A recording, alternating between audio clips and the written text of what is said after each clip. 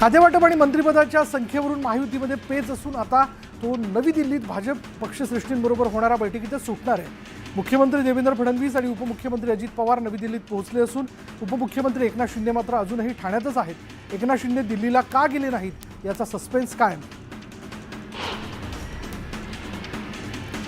बीडचे राष्ट्रवादी शरदचंद्र पवार पक्षाचे खासदार बजरंग सोनवणे यांनी अमित शहांची भेट घेतली। बीडमधील वाढत्या गुन्हेगारीवर या भेटीमध्ये चर्चा झाली, तर अपहरण प्रकरणामध्ये सीबीआय चौकशी करण्याची मागणी जी ती बजरंग सोनवणे यांनी केली। मुख्यमंत्रीपदाची शपथ घेतल्यानंतर देवेंद्र फडणवीस पहिल्यांदाच दिल्ली दौऱ्यावरती आलेले आहेत। यावेळी त्यांनी भेटीगाठींचा सिलसिला सुरू केलेला। देवेंद्र फडणवीसांनी केंद्रीय मंत्री नितीन गडकरी आणि संरक्षण मंत्री राजनाथ सिंग यांची भेट घेतली।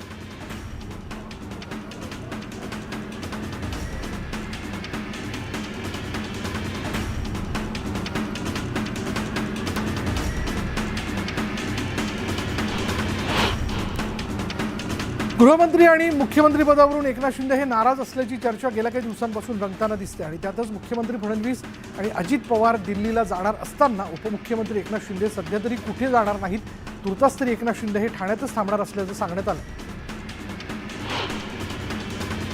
विधानसभा अध्यक्ष राहुल नार्वेकर यांनी पंतप्रधान नरेंद्र मोदींची भेट घेतली। अध्यक्षपदाचा पदभार स्वीकारल्यानंतर नार्वेकर मोदींना भेटले। मोदींसह लोकसभा अध्यक्ष ओम बिर्ला आणि इतर नेत्यांचीही नार्वेकरांनी सदिच्छा भेट घेतली। अकोला जिल्ह्यातील अकोटमध्ये आसेगाव बाजारचे जिल्हा परिषद सदस्य गजानंद पुणकर यांनी शिवसेनेत प्रवेश केला। उपमुख्यमंत्री एकनाथ शिंदेंच्या उपस्थितीत अनेक कार्यकर्त्यांसह त्यांनी शिवसेनेत प्रवेश केला। भाजप महाविकास आघाडीला धक्का देण्याच्या तयारीत असल्याची माहिती भाजपमधील वरिष्ठ सूत्रांनी दिली। विधानसभेतील दारुण पराभवानंतर महाविकास आघाडीतील काही खासदार भाजपच्या संपर्कात असून लवकरच राजीनामा देण्याची शक्यता वर्तवण्यात येते। भाजप ऑपरेशन लोटसवर संजय राऊतांनी टीका केली आहे। भाजपकडे पैसा आहे, त्यांच्याकडे मोठी यंत्रणा आहे, नैतिकता नावाचा कोणताही प्रकार मला भारतीय जनता पक्षाच्या सत्तेमध्ये दिसत नाही असा घणाघात संजय राऊतांनी केला। वारंवार ऑपरेशन राबवून देशात लोकशाही जिवंत ठेवायची नाहीये, फक्त हुकुमशाही गाजवायची आहे, हे काही लपून राहिलेलं नाही अशी टीका विजय वडेट्टीवारांनी केली। देशातील जनता योग्य वेळी बंदोबस्त करेल असा विश्वास वडेट्टीवारांनी व्यक्त केला। देशात विरोधी पक्ष नसावा, केवळ सत्ता पक्ष असावा यासाठी सगळं सुरू आहे। भाजप पैशाच्या जोरावर लोकशाही विकत घेते असा हल्लाबोल नाना पटोलेंनी केला। यंदा पहिल्यांदाच मंत्रिमंडळाचा विस्तार नागपुरात होण्याची शक्यता आहे। अधिवेशनाच्या एक दिवस आधी किंवा पूर्वसंध्येला मंत्रिमंडळाचा विस्तार होण्याची शक्यता आहे, तर दिल्लीत अंतिम यादीवर शिक्कामोर्तब होईल। उद्धव ठाकरे नागपूरमध्ये होणाऱ्या हिवाळी अधिवेशनाच्या पहिल्या दिवसापासून अधिवेशनात सहभागी होणार आहेत। 15 डिसेंबरला नागपूरला जाणार असून 16 आणि 17 डिसेंबरला कामकाजात सहभागी होणार आहेत। भाजपचे प्रदेशाध्यक्ष चंद्रशेखर बावनकुळे यांनी उपमुख्यमंत्री एकनाथ शिंदे यांची भेट घेतली। यावेळी दोघांमध्ये तब्बल तासभर चर्चा झाली। या चर्चेत मंत्रिमंडळ विस्तारावर चर्चा झाल्याची माहिती न्यूज 18 लोकमतच्या सूत्रांनी दिली आहे।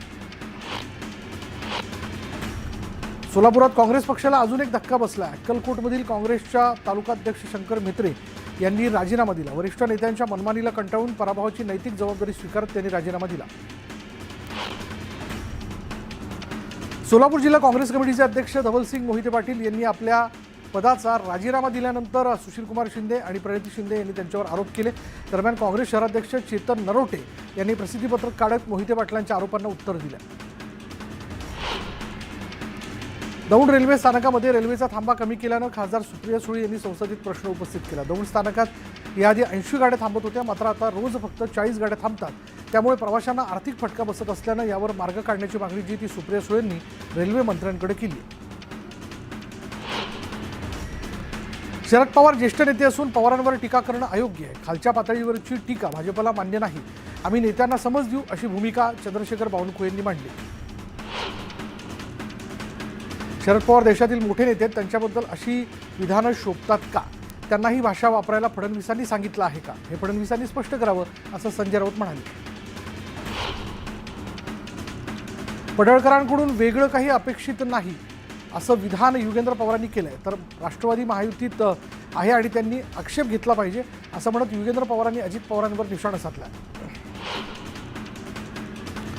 धाराशिवमध्ये शालेय विद्यार्थ्यांना दिलेली औषधं रिॲक्शन झाल्यामुळे जिल्हाभरात बंद करण्याचे आदेश देण्यात आलेत। आर्यन प्लस फॉलिक ॲसिड मिश्रित 100 mg ही गोळी वापरू नका असे निर्देश जिल्हाधिकाऱ्यांकडून देण्यात आले. जालना जिल्ह्यात 7,000 शेतकऱ्यांनी बोगस पीक विमा काढल्याचा प्रकार समोर आलाय. दरम्यान ज्यांच्या फळबागा नुकसानीमुळे जमीनदोस्त झाल्या त्यांना पीक विमा द्यावा आणि अपात्र शेतकऱ्यांना त्यांची रक्कम परत करावी अशी मागणी स्वाभिमानी शेतकरी संघटनेने केली. बीडच्या केजमधील मत्साजोग इथे सरपंचाची हत्या केल्यानंतर एकच खळबळ माजली. दरम्यान संतोष देशमुख हत्या प्रकरणी आरोपीला अटक करा आणि कठोर शिक्षा द्या अशी मागणी जी आहे ती मराठा समाजाच्या वतीने करण्यात आली. परभणी शहरातील जिल्हाधिकारी कार्यालयासमोर डॉक्टर बाबासाहेब आंबेडकर यांच्या पुतळ्यासमोर ठेवलेल्या संविधानाचं शिल्प एका माथेफिरूने त्याची विटंबना केली आणि या घटनेनंतर परभणी शहरातील आंबेडकरी अनुयायी संतप्त झाले. परभणीमध्ये आंबेडकरी अनुयायांनी केलेल्या आंदोलनाला हिंसक वळण लागलं. काही आंदोलकांकडून दुकानांची जाळपोळ करण्यात आली. यानंतर पोलिसांनी आंदोलकांना पांगवण्यासाठी अश्रुधुराच्या नळकांड्या फोडल्या. यामुळे सध्या परभणीत तणावपूर्ण स्थिती आहे. परभणी शहरात सध्या जमावबंदी लागू करण्यात आली आहे. मात्र त्यानंतरही आक्रमक महिला आंदोलकांनी जिल्हाधिकारी कार्यालयात जाऊन तोडफोड केली. जिल्हाधिकाऱ्यांच्या बोर्डची तोडफोड करून जोरदार घोषणाबाजी करण्यात आली. परभणीत सुरू असलेल्या आंदोलनात संतप्त जमावाने पोलिसांवरही दगडफेक केली आणि त्यामुळे पोलिसांना पळ काढावा लागला. हिंगोलीच्या औंढा नागरातमध्ये आंबेडकरी अनुयायांनी रास्ता रोको आंदोलन केलं. परभणीतील घटनेच्या निषेधार्थ नागरिकांनी मोठा मोर्चा काढत रास्ता रोको केला. त्यामुळे महामार्गावरील वाहतुकीचा खोळंबा झाला होता. परभणीमधील घटनेचे पडसाद पुण्यातही उमटले. पुण्यातील वंचित बहुजन आघाडीच्या पदाधिकारी, महिला आघाडी, युवक आघाडी आणि सगळ्या कार्यकर्त्यांनी तीव्र आंदोलन केलं. पुणे स्टेशन परिसरातील बाबासाहेबांच्या पुतळ्यासमोर वंचितने आंदोलन केलं. परभणीत सुरू असलेल्या तणावानंतर अखेर पोलिसांनी नियंत्रण मिळवलं. शहरात मोठा पोलीस बंदोबस्त तैनात करण्यात आला असून आंदोलनकर्त्या जमावालाही पांगवण्यात आलं. बंद दरम्यान परभणीमधील आंदोलनाला हिंसक वळण लागल्यानंतर नांदेडचे पोलीस महानिरीक्षक शहाजी उमप यांनी परभणीमधील दंगलग्रस्त भागाची पाहणी केली. सध्या परिस्थिती नियंत्रणात असून नागरिकांनी शांतता राखण्याचं आवाहन करत दोषींवर कडक कारवाई होईल असं आश्वासन पोलीस महानिरीक्षकांनी दिलं. परभणीत झालेल्या दंगलीनंतर पिंपरी चिंचवड शहरातील मुख्य चौकात असलेल्या डॉक्टर बाबासाहेब आंबेडकर स्मारक परिसरात पोलीस बंदोबस्त वाढवण्यात आला. कायदा सुव्यवस्थेचा प्रश्न निर्माण होऊ नये यासाठी हा बंदोबस्त वाढवण्यात आला. जालन्याच्या जिंतूर इथून परभणीकडे जाणाऱ्या एसटी बसेस मंठा इथे थांबवण्यात आल्या. जवळपास 15 बसेस मंठा आगारात वळवण्यात आल्या. जोपर्यंत परभणीमधील वातावरण शांत होणार नाही तोपर्यंत या बसेस मंठा आगारातच थांबवल्या जाणार आहेत.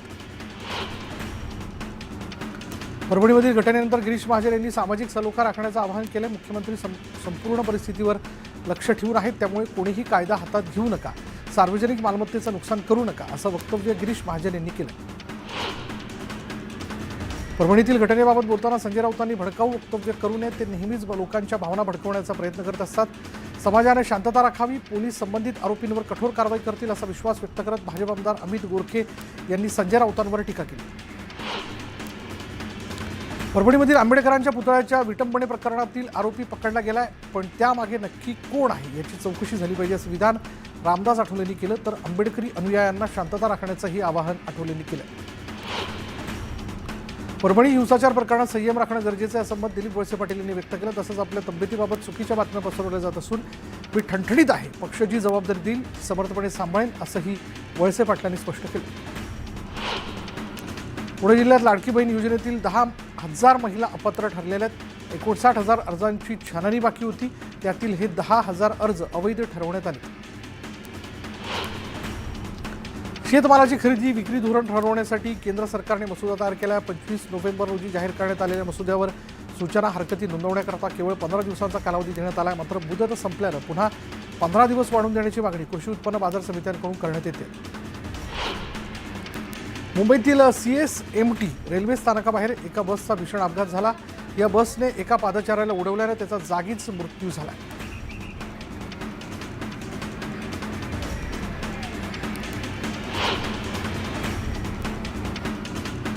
कुर्ला बस अपघातानंतर एकीकडे जिथे काही जण जखमींची मदत करत होते तिथेच दुसरीकडे काही मृतदेहांच्या टाळूवरचं लोणी खात होते. बस खाली मृतावस्थेत पडलेल्या एका महिलेच्या हातातील बांगड्यांवर एका इसमाने डल्ला मारला. अपघातानंतर मृतदेहावरील दागिने लुटतानाचा व्हिडिओ समोर आला. विराबांदर वसई विरार पोलीस आयुक्तालयाच्या वालीव आणि माणिकपूर पोलीस स्टेशनच्या गुन्हे शाखेने आंतरराज्य टोळीचा पर्दाफाश केला. 3 आरोपींना ताब्यात घेत 1,10,000चा मुद्देमाल पोलिसांनी हस्तगत केला.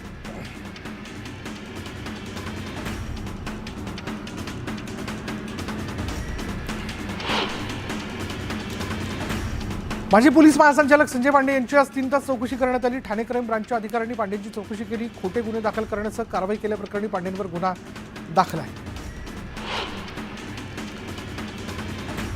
अरे चोर कब तक भागेगा कुत्ते असं म्हणत माजी पोलीस महासंचालक संजय पुनामिया यांनी संजय पांडेंवर जोरदार निशाणा साधला। आज जबाब नोंदवण्यासाठी आले असता पुनामियांनी पांडेंवर प्रहार केला। नागपूरच्या कळमना पोलिसांनी नायलॉन मांजाची विक्री करणाऱ्यांवर कारवाई केली आहे। त्यांच्याकडून 4,75,000 रुपयांचा नायलॉन मांजा जप्त करण्यात आला। तसंच एका आरोपीला अटकही करण्यात आली। गोंदिया जिल्हा मार्केटिंग फेडरेशनच्या वतीने सुरू करण्यात आलेल्या धान खरेदी केंद्रावर 1,11,130 शेतकऱ्यांनी धान विक्रीसाठी नोंदणी केली। या केंद्रावर 24,868 शेतकऱ्यांनी धानाची विक्री केली। मात्र नवीन बीम प्रणालीमुळे शेतकऱ्यांचे चुकारे थकलेत। बीडमधील मस्साजोग इथल्या सरपंचाचं अपहरण करत त्यांची हत्या करण्यात आल्यानं तणावाचं वातावरण निर्माण झालं होतं। या प्रकरणी 2 आरोपींना अटक करण्यात आली असून आज मस्साजोग गाव पूर्णपणे बंद ठेवण्यात आलं।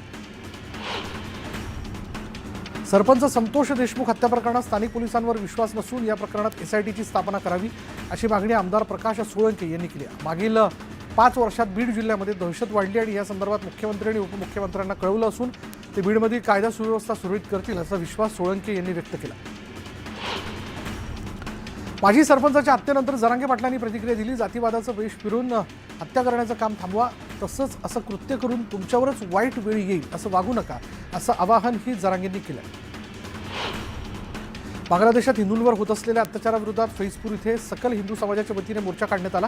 या मोर्चात संत महंतांसह सर्व पक्षीय नेत्यांनी सहभाग नोंदवला। यावेळी बांगलादेश विरोधात निषेध व्यक्त करत प्रांताधिकाऱ्यांना निवेदन देण्यात आलं। नवी मुंबईच्या कोपरखैरण्यात खेळता खेळता इमारतीच्या बांधकामासाठी खुदलेल्या खड्ड्यात पडून 9 वर्षाच्या चिमुकल्याचा मृत्यू झाला। बांधकामात शेजारी कुंपण नसल्यानं चिमुकल्याचा नाहक बळी गेला असून या घटनेनंतर स्थानिकांनी प्रशासनाविरोधात संताप व्यक्त केला। वेळोवेळी आवाहन करूनही मालमत्ताधारक कर भरत नसल्यानं लातूर महानगरपालिकेच्या वतीनं 6 विशेष कर वसुली पथके तयार करण्यात आली आहेत। दरम्यान जे मालमत्ताधारक कर भरण्यात दिरंगाई करतायत त्यांची यादी महसूल विभागाला देऊन मालमत्तेचा लिलाव करण्यात येणार असल्याची माहिती मनपा आयुक्तांनी दिली। जळगाव शहरातील आरेल चौफुली इथे भरधाव डंपरने दुचाकीला धडक दिली आणि या भीषण अपघातात दुचाकीवरील युवकाचा जागीच मृत्यू झाला। या घटनेनंतर MIDC पोलीस ठाण्यात गुन्हा दाखल करण्यात आला।